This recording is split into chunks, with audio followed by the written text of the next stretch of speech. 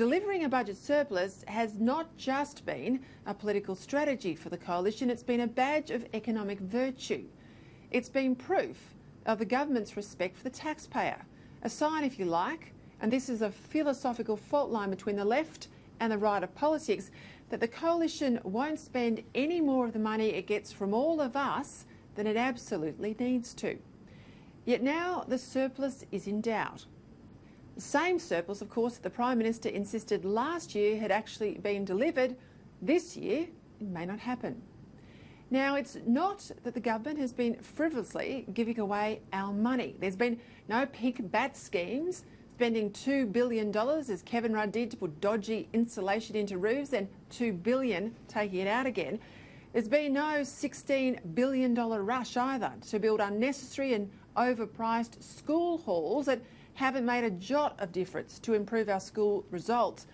And there's been no wasteful white elephants like Malcolm Turnbull's NBN. Instead, the problem for the Morrison government is not the planned expenditure of revenue, but the unplanned events, the unforeseen disasters like the bushfire crisis and now coronavirus that's virtually shut down China, our major trading partner, and wiped tens of billions of dollars from the stock market over fears a global halt to much of the world's travel and certainly trade. On the issue of the fires, the government has acted correctly by committing the resources needed first to fight the fires and then to recover from them.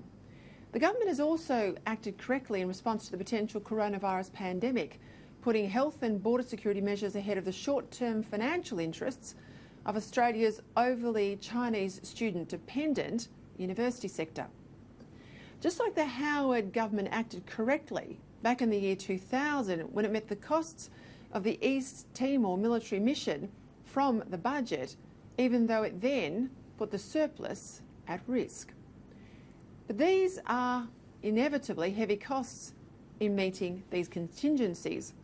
Costs in terms of extra spending and in terms of revenue foregone. That's the double whammy that's hit Josh Frydenberg's books, not just what he's needed to spend, but also the money that's not come in due to these big issues. Hence the threat to the $5 billion surplus that was supposed to happen this financial year. Now, Labor is already crowing that the government has failed the test of fiscal rectitude. Mind you, it's hard to take Labor seriously. Labor was, of course, the party that promised years of surpluses, and they never delivered. Not a single one.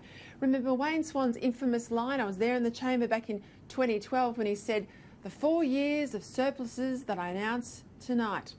Yet the fact is then, and still true today, that the last time Labor delivered a budget surplus was back in 1989. Now, I know that's a long time ago because I was still wearing a school uniform then.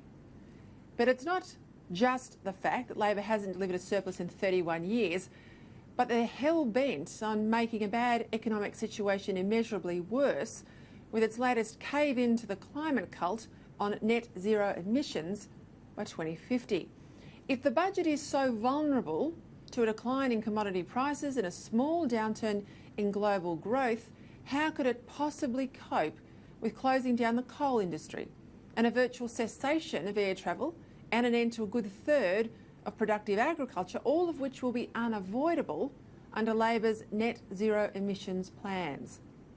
But while the economic comparison is still vastly in the government's favour, there's not much doubt that its credibility and its morale will suffer if the surplus fails to materialise in the budget as promised. Any failure to deliver on the budget surplus will make delivery on other policy objectives even more critical, like getting dams built and more baseload power into the system and reducing red tape. Voters, of course, will forgive the government failing to deliver if they know that the circumstances really have changed. What they won't forgive is a failure of nerve or an abandonment of principle. In surplus or in deficit, the coalition must remain the party that spends our money even more carefully than we would spend it ourselves. And to be honest, I think that's why the sports rorts issue continues to bite.